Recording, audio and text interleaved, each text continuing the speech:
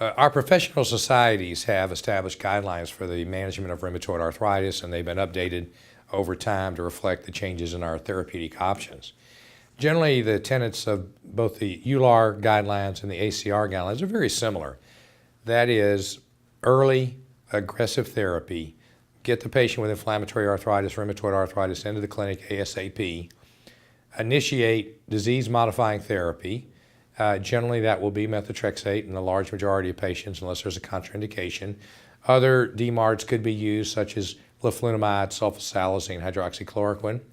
Generally, in the higher risk patient, however, who have seropositivity, structural damage, and so forth, you would start with methotrexate, rapidly escalate the dose to 20 to 25 milligrams weekly.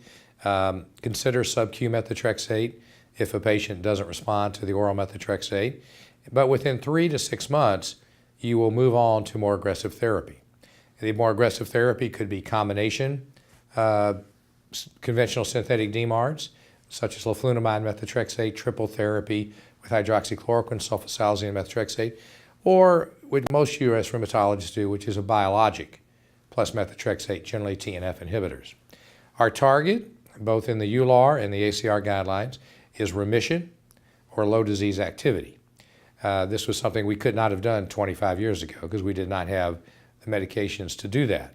We also have criteria to measure disease activity, whether that be a disease activity score, DAS-28, or whether it's a clinical disease activity index like the CDI, or the simplified disease activity index, the SDI, or the RAPID-3. We have methodologies to measure disease activity. We monitor disease activity every 3 months or so, and we act on that to try to escalate therapy to get low disease activity remission. Now, the reality is we have limitations. If I have an 80-year-old patient who has diabetes and chronic lung disease and already has joint damage by the time I've seen them, I'm not going to ever be able to get them into remission. So I'll do my best to modify the disease and try to get them into low disease activity, which is a step up from remission.